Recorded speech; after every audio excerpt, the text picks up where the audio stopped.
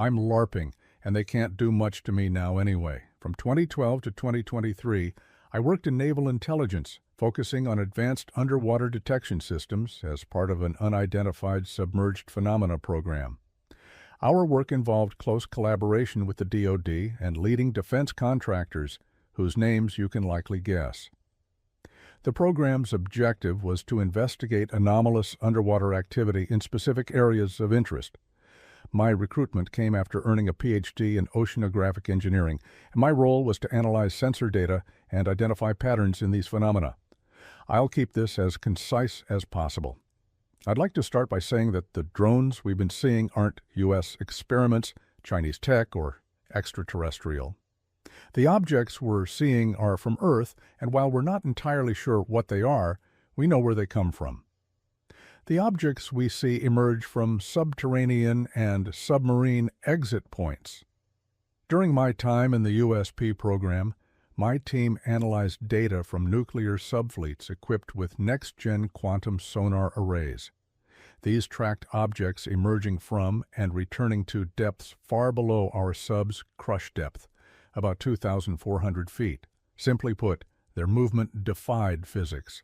I'm talking about vertical ascents and descents at 75, 90 degrees with constant velocity, no cavitation, and no acoustic signature. By 2014, we identified consistent emergence points we called threshold points. These weren't random. Clusters of these objects always seemed to emerge in the Puerto Rico Trench, off California's continental shelf, and the East Pacific Rise. The objects' physical properties are quite honestly terrifying, as they can physically alter their structure and manipulate electromagnetic fields to mimic real aircraft, replicating their shape, motion, and reflective properties. However, our quantum sonar arrays consistently revealed their true, unchanging forms, suggesting the transformation is either superficial or operates by mechanisms we don't understand. You wouldn't believe how much activity has ramped up over the past 2 years. By mid-2023, the whole situation got so tense that my access to key data was locked down almost overnight. It wasn't subtle. My higher-ups were clearly scared. Everything became need to know, and apparently I didn't need to know anymore. When they started pulling senior analysts from the program and stonewalling me from anything remotely relevant, it was obvious the walls were closing in. That's when I decided it was time to leave. The recent wave of whistleblowers you'll be seeing and incidents like the Cybertruck bomber are a controlled disclosure. It's all part of a calculated effort to muddy the waters and keep people chasing shadows while something much bigger is unfolding. These objects aren't extraterrestrial, and they're not some top-secret military tech. Our theory is that they've been here far longer than we have, and whatever they're doing, it's ramping up fast. Our final pattern analysis before the data lockdown showed an exponential increase in emergence events. The trend wasn't just alarming, it pointed toward a critical threshold. Also, we're entirely certain they aren't just buzzing around aimlessly. They're systematically mapping and surveying infrastructure, military installations, population hubs. They're covering everything, and they're doing it while blending in perfectly. They could look like a drone, an airliner, or who knows what else. But under the surface, there's something entirely different. Did your office work with the NOAA during all of this? Yes, we had ongoing collaborations with PMEL, particularly their ocean exploration program. They provided data and environmental monitoring that helped us establish baseline acoustic signatures to filter out natural phenomena.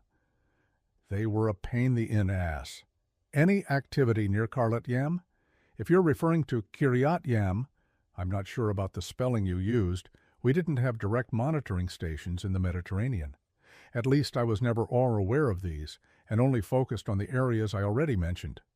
The Mediterranean's average depth of around 1,500 meters doesn't provide the conditions we typically associated with threshold points.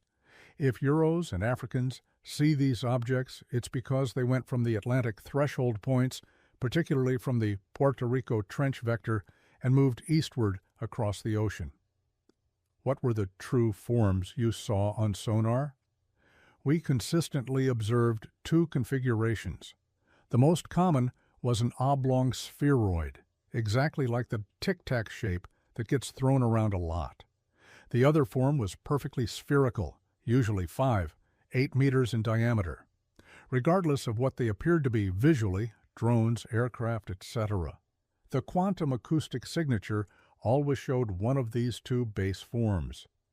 The sphere configuration was more common during deep water operations, while the tic-tac shape was prevalent during surface-to-air transitions. Any biological effects reported near the exit points? Changes in sea life behavior? Marine life doesn't notice these things. Our bio team used to joke about this. It's pretty wild when you think about it. Even our quietest subs send marine life scattering, but these objects might as well be part of the coral. I gave the general timeline, my role, and my background. The locations and tech specs I mentioned are verifiable by anyone with any proper knowledge. I'd suggest looking at the public NOAA bathymetric data for the threshold points I mentioned. Pay attention to anomalous readings around the Puerto Rico Trench's western slope, particularly between 2020 to 2022. The data's public. They just don't advertise what they're actually recording. I'm not going to dox myself further or drop specific details that could identify people close to me. This is a LARP. Summer 2015 Puerto Rico shelf emergence of small, fast unit that flew over East U.S. This very much tracks. The Pentagon videos they confirmed in 2020 were from that 2014 to 2015 activity spike. It was cool seeing them finally acknowledge footage we'd been analyzing years before. The release of those videos sparked huge internal fights. You had some officials pushing for disclosure, other branches fighting to keep everything classified, and some just freelancing their own agenda. My team thought we were finally getting somewhere, but instead it just exposed how fractured the whole system is. Different offices either fighting over control or actively undermining each other. We're cooked. Any idea why they are putting small devices into people? The implant phenomenon is real. Never heard anyone talk about this. There's no evidence to suggest they aren't from our planet, but you're not entirely wrong. These objects show specific interest in our infrastructure and population centers. We're certain they're mapping human activity specifically, and not just general planetary resources. What's going on in NJ is unprecedented. Everything else is pure speculation. Do you think it could be related to Earth's pole shift? No. The Earth's magnetic pole shift is like a very slow-moving compass needle. We actually studied this possibility extensively because the objects we tracked could manipulate electromagnetic fields. Imagine you're watching birds migrate. If they were following Earth's magnetic field like actual birds do, you'd see gradual changes in their patterns matching the pole's movement. But these objects followed completely different rules. They created their own magnetic disturbances, kind of like how a magnet can temporarily override your compass. Why the fuck do they care about us now if they're some ancient Earth species? Our theory was that they're tired of us fucking with their shit, quite honestly. We always assumed they're peaceful, or else humanity wouldn't have thrived for this long. However, we've basically industrialized every corner of their native environment. Deep sea mining, submarine cables, sonar networks, oil rigs, we're literally building infrastructure right on top of their threshold points. Plus, our self-destructive behavior, nukes, puts them at a high risk. That's why there's been so much more activity in the last 80 years. What's the point of mimicking planes? They clearly don't want direct interaction with us, and the mimicking seems to be an evasion tactic. Numbers? By late 2022, we had around 40 emergencies per month. Back in 2014, only 10, 20. But the worst part wasn't the numbers. It was seeing multiple threshold points activate at once, which had never happened before. Last projection before I lost access showed 100-plus monthly events by end of 2023. Given what's happening now, especially in NJ, we're probably looking at 10-plus events daily, way beyond anything we modeled.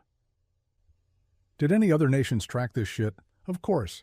That's actually part of why keeping this contained is impossible. Russian deep-sea research vessels were all over the East Pacific Rise threshold points. They have better deep-water capabilities than most people realize. The Chinese aren't dumb to this either. The funny part is, we'd occasionally get sanitized intelligence reports of them tracking the exact same phenomena. But everyone played dumb in international waters. Picture these three countries all following the same objects while pretending they're just doing routine patrols. It's ridiculous. The Chinese especially ramped up their deep-sea monitoring after 2019. Look up their underwater sensor network expansion. When is the critical threshold? If you're asking for a specific date, I can't give you one. That's not how it works. Our models showed emergence events increasing exponentially, but we lost access to the data before pinpointing when it could peak, and that prediction could be incorrect. What I can tell you is that the rate of increase we were seeing by mid-2023 was well beyond our worst-case projections from 2019. Think of it like watching a pot about to boil. You can see the bubbles forming faster and faster, but you can't predict the exact moment it'll boil over. All I know is we're seeing way more activity now than any of our models predicted we would, and nobody knows their end goal. Jake Barber, whistleblowing LOL. LMAO, even. Good to see people are still falling for the News Nation, Coolhart, Greer, etc. grifts. Give them ratings, and forget to like and subscribe to their YouTube channels, and buy all their books. In all the data we collected, there wasn't a single aggressive action. They're capable of incredible things, but they've never shown hostile intent. If they wanted violence, we wouldn't stand a chance. Something that can alter their structure, manipulate electromagnetic fields, and move through water like it's air. We'd be done in hours. What we observed was more like territorial behavior, like they're responding to us encroaching on their space. They're aware of our nuclear capabilities. That's probably humanity's only real deterrent. I guess they understand that any overt action risks a nuclear response from us that would poison their environment as much as ours. But that's just my analysis based on the data. I'm not going to pretend I know their intentions. Threshold points aren't physical structures or holes. That's what made them hard to study. They're more like zones, where normal physics starts acting up. UUVs could get within about 600 meters before their navigation systems would start going haywire. Compasses spinning, depth sensors showing impossible readings, that sort of thing. Lost quite a few Remus units trying to get closer. The best imagery we got was from multi-beam sonar mapping. You'd see these perfectly circular areas, maybe 50 meters in diameter, where the return signals just didn't make sense. Like the bathymetry would show normal seafloor topology, then this completely smooth disk where all our instruments failed to get coherent readings, almost like a blind spot in the data. Who do you find to be the most credible and genuine? Most of them are working with fragments of information, and some are definitely spinning narratives for profit or attention. The ones talking about bodies, exotic materials, and crash retrievals are missing the point entirely. These things don't crash. There are no retrievals, LOL. This applies to everyone asking about similar threads like, what if they can also mimic humans and other things? One of our techs actually had this running joke about our branch director being one of them because the guy never seemed to blink and had this weird way of moving. We never saw any evidence they could mimic anything except aircraft.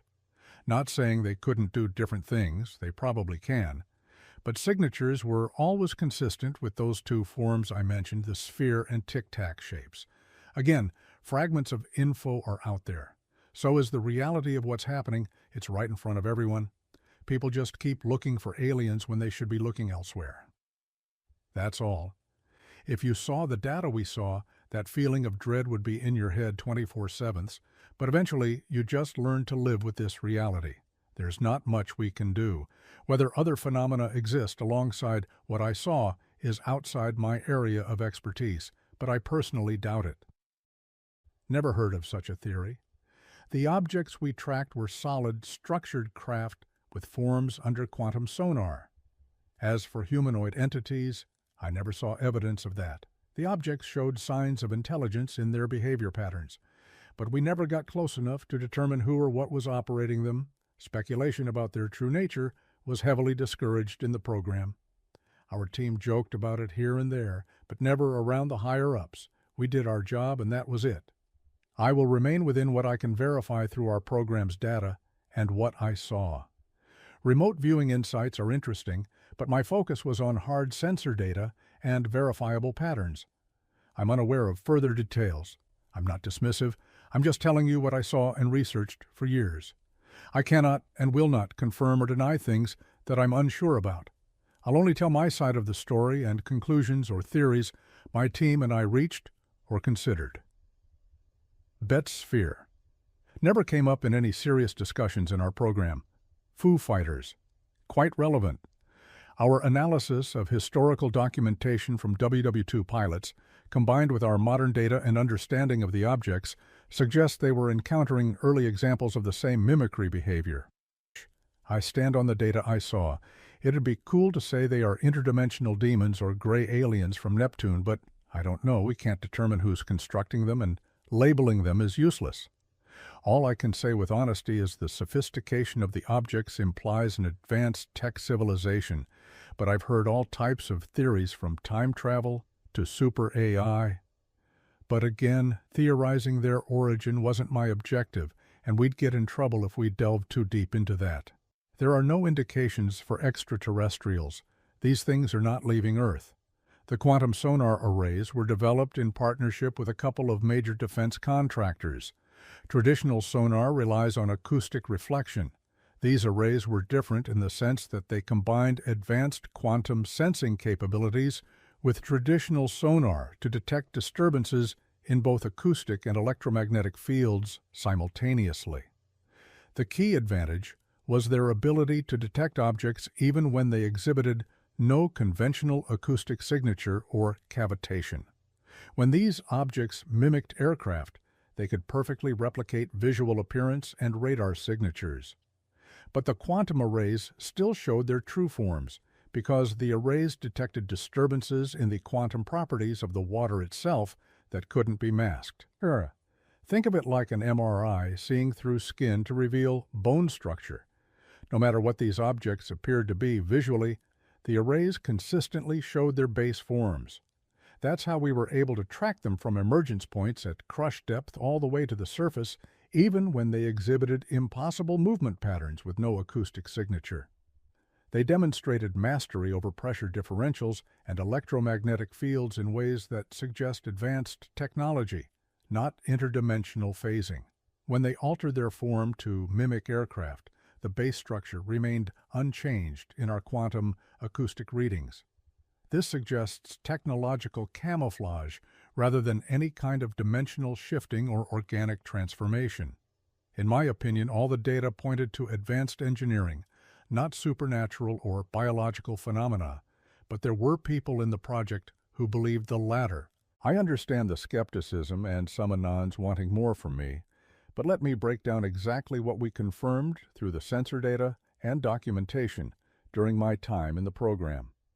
Two consistent physical forms for these objects, the tic-tac and perfect sphere, that remained unchanged regardless of visual appearance emergence patterns from specific depth zones sharing identical electromagnetic signatures, movement capabilities that violated known physics.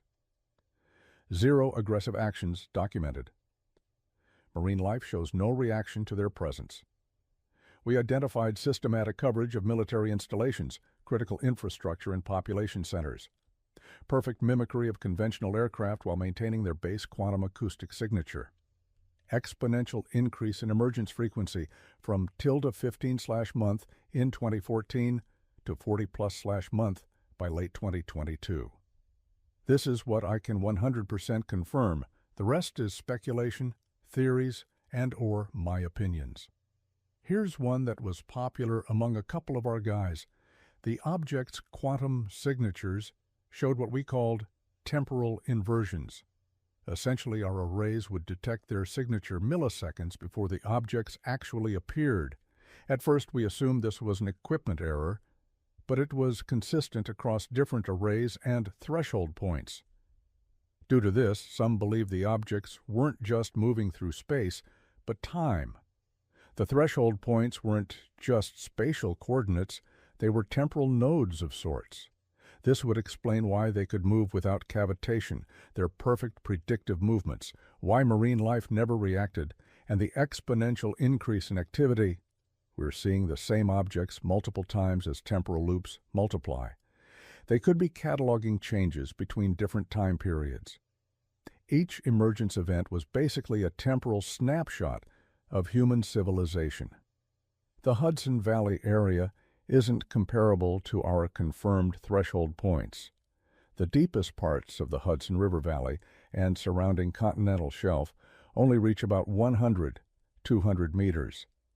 The threshold points we monitored consistently occurred in zones between 3,000, 4,000 meters deep. The Hudson Valley area simply doesn't have the depth conditions we associated with emergence events. Even the deepest parts of the New York Bight only reach about 2,000 meters. The non-ET determination comes from quantum acoustic analysis. The objects show specific adaptations to Earth's deep ocean physics. They utilize pressure differentials and water density gradients in ways that wouldn't make sense for craft designed for space travel. It's like finding a submarine with gills. The engineering was clearly made for our oceans. The critical threshold isn't mystical. It's basic mathematical modeling. When you plot emergence events over time, you get an exponential curve. Example, 2014, average 15 events/month. 2018, average 25 events month. 2022, average 40 events/month. Last projection, trending toward 100 plus monthly. This is verifiable data from our sensor arrays, not speculation. As for mapping behavior, we're not reading minds, we're doing pattern analysis. Example, object emerges from Puerto Rico Trench, follows precise grid pattern over Norfolk Naval Base, hovers at consistent intervals, maintains exact distance from key facilities, repeats pattern weekly with 99.7% consistency.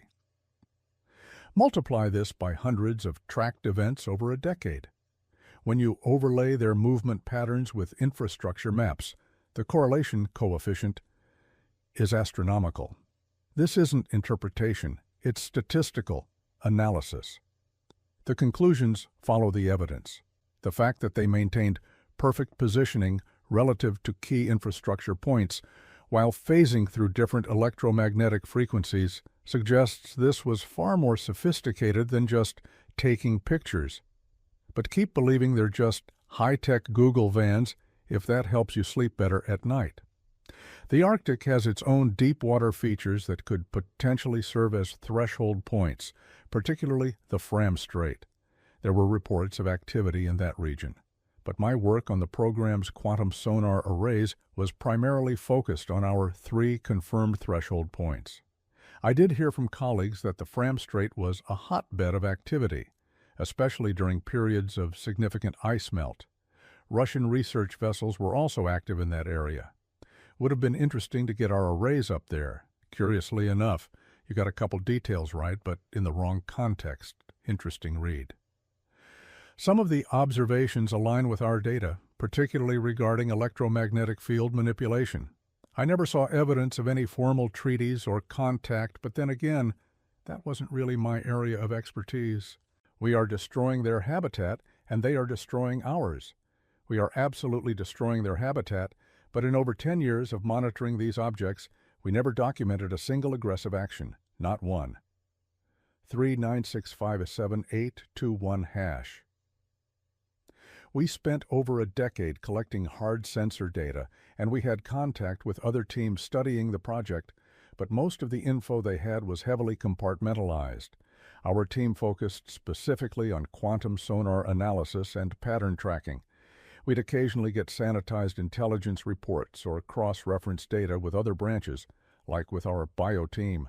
But most info was need to know, especially towards the end. I don't claim to know their intentions, never did, once. Did we try to communicate or fight those things? Our military has encounters with them fairly regularly, The Pentagon videos just happen to be the ones that went public, but there's an extensive catalog of footage, video, images, audio, sonar, thermal, radar, etc., that never will go public, at least not yet. What's interesting is that some footage online is actually legitimate. You know how one of the Pentagon videos that was confirmed to be legit had been floating around on a UFO forum since 2007? Yeah, there's a lot of real stuff already online. Don't get me wrong, most videos and images are bullshit, but I've seen a lot of footage that shows what I would consider similar base configurations and movement patterns we tracked, especially since NJ got hot. The really compelling stuff never leaves secure facilities, for the most part. Also, as far as I'm aware, we never had any successful two-way communication or controlled interaction. How much does Congress knows? Based on the internal fights I witnessed, different committees probably have different pieces of information. The recent public hearings barely scratched the surface. Any advice for the general population? Keep calm. We can't stop whatever is coming, so there's no point in panicking. Do not live in fear. Base off the coast of Malibu, Lowell. 396599914#. I have no data on anything like this. They don't exactly go invisible in the traditional sense, but they can move at speeds and manipulate electromagnetic fields in ways that make them effectively undetectable to conventional systems or the naked eye.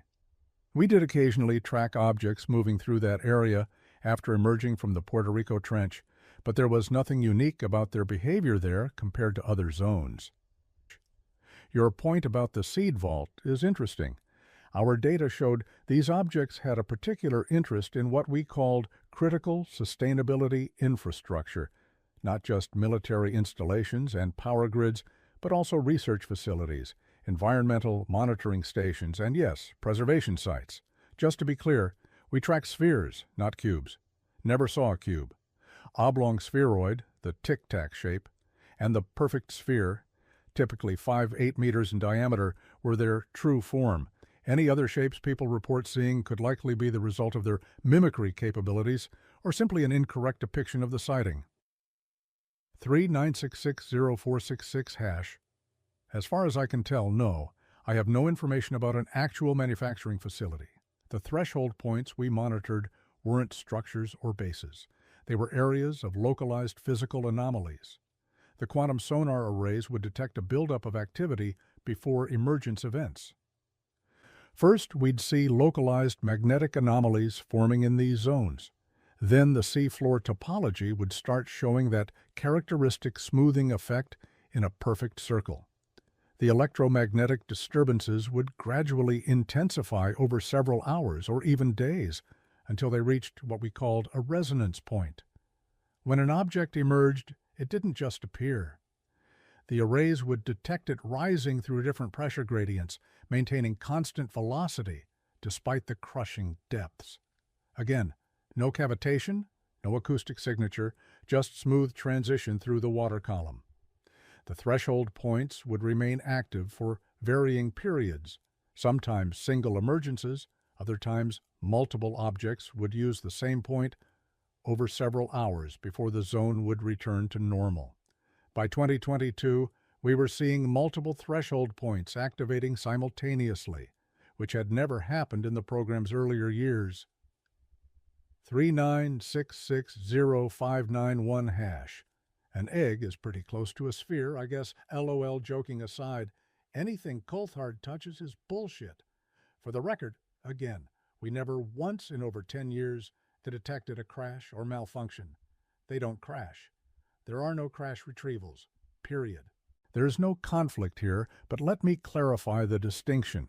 When I said they don't follow Earth's magnetic field, I meant they don't passively track the pole movement like migrating animals do. Instead, our sonar data showed they actively manipulate and generate their own electromagnetic fields, but this manipulation requires Earth's magnetic field as a fundamental medium to work with, like how a jet engine needs atmospheric air to generate thrust, but isn't constrained to follow wind patterns. The objects can move freely against or across Earth's magnetic field lines, but they still need that base field to interact with. That's why we believe they can't leave Earth's magnetosphere, not because they follow the field, but because they need it as a medium for their propulsion system to function. The quantum arrays show their technology is specifically adapted to work within Earth's electromagnetic environment, even though they're not bound by its natural patterns. Maybe. Based on our analysis, the physics involved suggests a theoretical possibility of large-scale field displacement.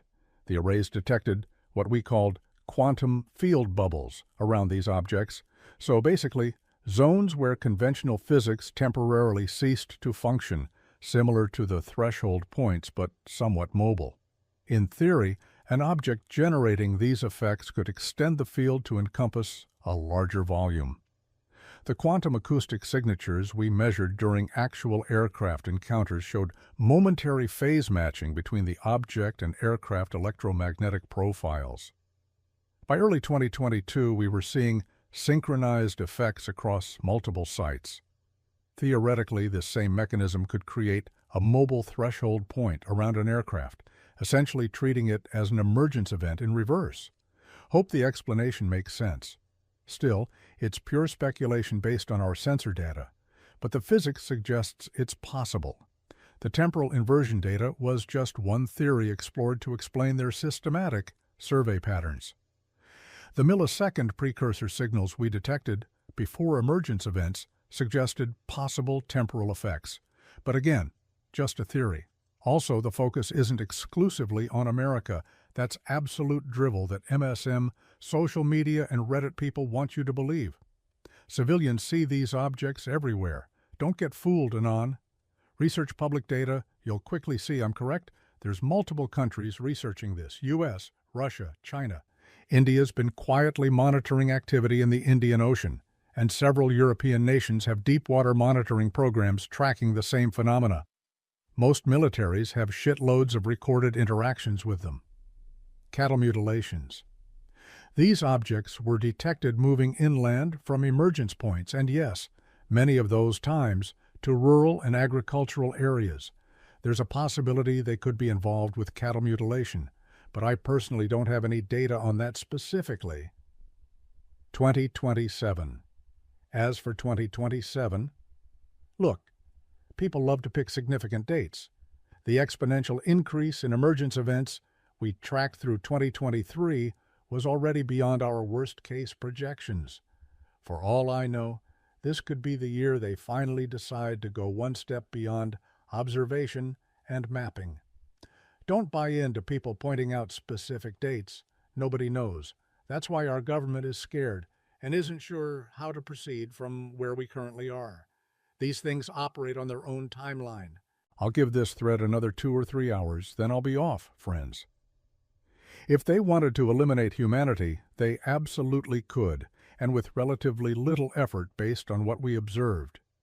Consider the capabilities we tracked: perfect electromagnetic field manipulation, physics-defying movement, and structural transformation, something that can alter matter at that level and move through any medium without resistance. They could probably take out every major population center globally within 24 hours. We'd have to nuke ourselves and commit some sort of collective suicide to fight back. Actually, something interesting started happening in late 2022. Their mimicry began showing noticeable flaws. The way they handle light and shadows is increasingly wrong. They fail to align with prevailing ambient light conditions, often appearing distorted or inconsistent with the expected behavior of physical objects.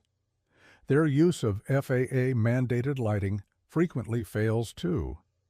We've tracked instances where strobes were blinking too quickly, too slowly, or even in non-standard colors. It's like they're getting sloppy, bird poop. That, or I'm really not as well informed as I think I am. Good shit, all great captures. The triangles are human in origin, but they are also capable of mimicking said triangles. Special FX or AI with some manual editing. Definitely not real. OP, what do you think of Aguadaya? The footage is absolutely genuine. The splitting behavior is particularly fascinating because it may relate to those temporal inversions I mentioned earlier. As I mentioned before, Our quantum arrays would sometimes detect an object's signature milliseconds before it physically appeared. In cases of apparent splitting, we'd see overlapping temporal signatures, as if the same object was briefly existing at multiple points in its own timeline. This could explain what we're seeing in here. Not necessarily an object dividing, but potentially intersecting with itself across microsecond temporal variations. As for the visibility itself, they don't go invisible in the traditional sense. Rather, they can manipulate electromagnetic fields to either mimic other objects or move at speeds/frequencies that make them effectively undetectable to conventional systems. In the Aguadilla case, we're likely seeing them in a transitional state where they're not actively mimicking anything or manipulating fields for concealment. I respect Valley's work. I think his trickster theory and our observational data aren't necessarily in conflict. Our arrays would detect subtle variations in their electromagnetic signatures when they knew they were being observed, almost like they were responding to monitoring. Not quite Valley's cosmic theater, but definitely a level of awareness and reaction to being watched.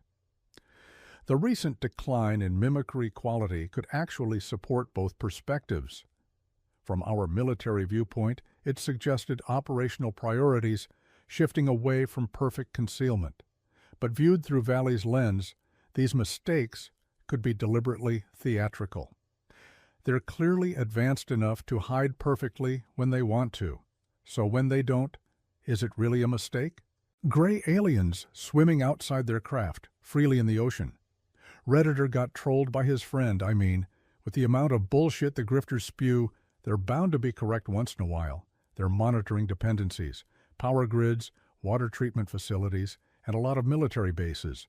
They seem focused on interconnected systems and network nodes, not just physical infrastructure, but points where different systems intersect. I don't have concrete data on this as far as I'm aware, yes. They're not interested whatsoever in talking to us. You develop a strange acceptance, but I won't sugarcoat it. I think we're fucked. Still, you learn to live with it. Same way you learn to live knowing a major earthquake could hit at any time. YouTube and Reddit, sorry, I know, are a goldmine. Especially the really old stuff, if you know how to use search filters. So much has been deleted in the last few years, it's quite sad, actually. 3966724#.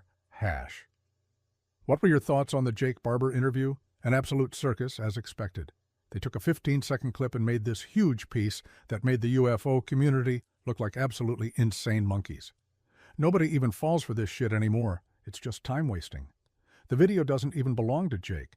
It's from an unverifiable source, LOL. Also, Jake is a damn liar. They displayed his documentation and destroyed his credibility. He never served for AFSOC. He was an aerospace maintenance guy for his entire AF career, and his enlistment contract said Combat Controller Apprentice, which pretty much confirms that he never even completed CCT training. He's no expert, and the photos in the piece are staged. At this point, it feels like they're literally making fun of us and aren't even trying to be clever anymore. Ross is a clown. I'm not going to confirm or deny things outside what I personally observed or heard through the program. I was very clear throughout this entire thread that I can only speak to what I'm 100% sure of, or at least theories and speculation grounded in what I know is real. Throughout my time in the program, I watched different branches fight over control of information, undermine each other's findings, and jealously guard their own data. The whole system is designed to keep people in their lanes. I could easily go on News Nation tomorrow, spin an elaborate tale about crash retrievals and alien bodies, maybe write a book and hit the convention circuit. Shitloads of people have made careers doing exactly that. Are there be aspects I wasn't privy to? Of course. Doesn't mean the disinfo agents aren't real, and I should take their claims into account. The manifesto from the Sean Ryan podcast is fake, and that whole story is a psyop. Claiming U.S. and China are responsible behind the drone tech we're seeing is laughable. Watch for commercial aircraft where the shadows don't quite match the sun's position, or where the FAA strobes blink in odd patterns or the colors don't match. Pay attention to weather that doesn't move with prevailing winds, especially near power stations or military bases. The signatures we tracked showed they can maintain position regardless of atmospheric conditions, which sometimes creates these weird stuck cloud formations. We're approaching a critical mass where their presence becomes impossible to conceal. When multiple threshold points activate simultaneously, it creates cascading electromagnetic effects that even civilian instruments can detect. The government will play whack-a-mole with explanations. Based on the internal fights I witnessed, nobody in charge has any idea how to handle what's coming. Inglewood are puzzled about what could be in the sky. Some say it's two planes close to each other. Other people say they're drones. Hello again, everybody. I'm Chris Safadi. And I'm Lois Tomey. The question of drones has captured the attention of the nation. In New Jersey, the drone mystery has lasted for weeks, with the FAA getting involved. Wake News reporter Olivia Jean talked with experts trying to crack the case. There's a sight in the sky that is stirring up people all across the country. Drones. The sighting started back in November 2024 across the Northeast. One relative is in Massachusetts, had seen them directly. My sister, Pennsylvania, and her daughter, my niece, had seen them in rural Pennsylvania. And now, possible drone sightings in the Inglewood, Venice, and Northport areas. Camilla Scherer lives in Inglewood. At first, I assumed that they were planes. They were quite close together, flying simultaneously, very slowly.